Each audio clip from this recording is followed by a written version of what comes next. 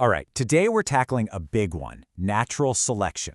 But hang on, this isn't going to be your high school biology class. We're going to look at it as a powerful mental model, a kind of survival guide for just about anything. Ready? Let's jump in. You've heard the phrase, right? Survival of the fittest. And we all kind of picture the biggest, strongest, maybe smartest creature winning out. But check this out. This quote completely flips that idea on its head. It turns out the real secret isn't strength or brains. It's about how well you can adapt to change. Okay, but here's where it gets really interesting. What if that very adaptation, what if it's actually a trap? Seriously, what if the thing that makes you a winner today is the exact same thing that ensures you'll lose tomorrow? That's the crazy paradox we're going to dive into. So let's start with the basics. The core principle is brutally simple, really. Adapt or die. And I'm not just talking about animals in the jungle. This applies everywhere. It's why powerhouse companies like Nokia just disappeared. It's why new technologies constantly make old ones obsolete. It even explains why a language like French is spoken today while its ancestor, Latin, is basically extinct. It's a universal law.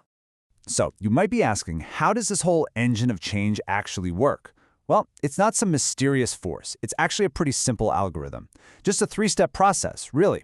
And this process is the engine behind evolution in, well, everything, from animals to the apps on your phone. Okay, so what are these three magic ingredients? First step, you need variation. This just means there have to be differences.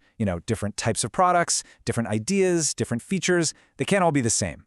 Second, you need environmental pressure. Think of this as a filter. It could be customer tastes, a tough economy, whatever. It's something that makes certain variations work better than others. And third, you need what we'll call differential reproduction. This just means the successful ones get copied or passed on. A popular app inspires 100 clones, right? That's it. If you have those three things, boom, selection is officially in progress. Now, this next part is a really crucial mind shift. When we hear selection, we think of someone actively choosing a winner, like I select you. But that's not how it works at all. The environment is more like a passive filter. It doesn't pick winners, it just gets rid of the losers. It eliminates what's unfit. So whatever's left over, that's what we call fit. And this simple idea changes everything. The most important question isn't who's winning, it's what's being eliminated and why. And that brings us right to the heart of the paradox, the big success trap. The very act of getting really good at winning in today's world, well, that can make you incredibly vulnerable to any changes that come tomorrow. In other words, your success can become your biggest weakness. Think about it like this, the specialist versus the generalist. On one hand, you've got the panda. It's the ultimate specialist. It's perfectly designed to do one thing, eat bamboo. Super efficient at it. But what happens if the bamboo forest burns down? It's toast. On the other hand, you have the rat, a total generalist. It can live pretty much anywhere, eat almost anything. It's not the best at any one thing, but it's incredibly resilient. So there's the trade-off, right? Peak efficiency versus long-term resilience. And this isn't just theory. Let's talk about Kodak. Man, they were the panda of the photography world, absolutely dominant, hyper-specialized in film. And the crazy part, they literally invented the first digital camera way back in 1975. But what did they do? They buried it. They shelved it because it threatened their massive profitable film business. They were so perfectly optimized for that film peak that they just couldn't bring themselves to cross the valley to the next peak, digital, even though they built the bridge themselves. So what's the big takeaway here? It's that success breeds vulnerability. When you become perfectly adapted to what's working right now, you are, by definition, becoming unadapted for everything else. Your greatest strength, slowly, quietly, becomes your Achilles heel.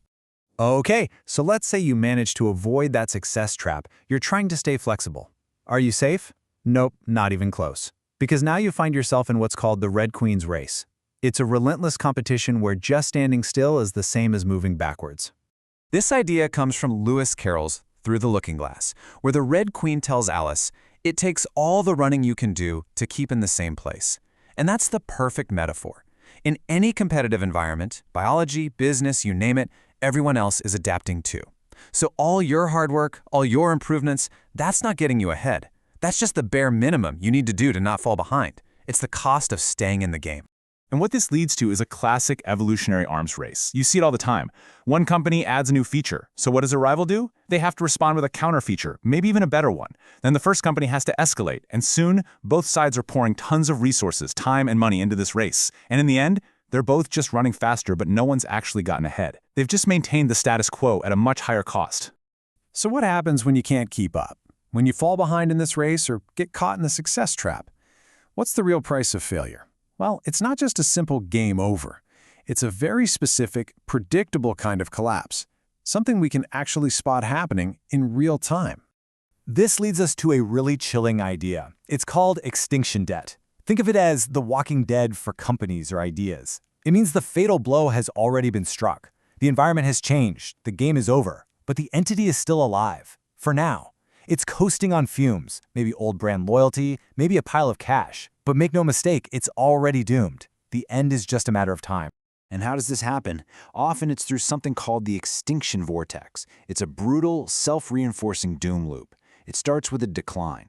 Then the best employees, the A players, see the writing on the wall and they leave first. This makes the product or service worse, which of course causes more customers to leave, which leads to budget cuts, which causes more great people to leave. You see the spiral?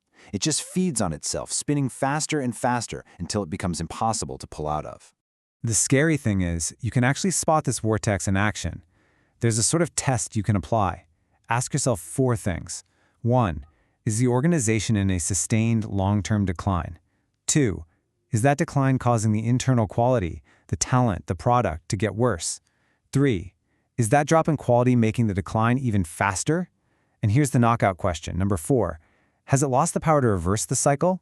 Like, can it no longer attract the amazing people it would need to turn things around? If the answer is yes, you're probably looking at an extinction vortex. Okay, so after all that, let's bring this home. This isn't just about animals or big corporations. This is about you. I want you to really think about this. Your career, your company, even your specific skill set. Is it built for success today, or is it built for survival tomorrow? Are you a highly specialized panda thriving in a world that might not exist in 5 years? Or are you building the generalist skills to be resilient no matter what changes come your way? Because here's the final takeaway, the most important one of all. The ultimate trait isn't adaptation itself, it's the capacity to adapt. It's not about being perfectly fit for the world as it is right now. It's about building the ability to change, to learn, and to become fit for the world as it's going to be. It's not about having the right answer today. It's about being able to find the next right answer and the one after that for the rest of your life.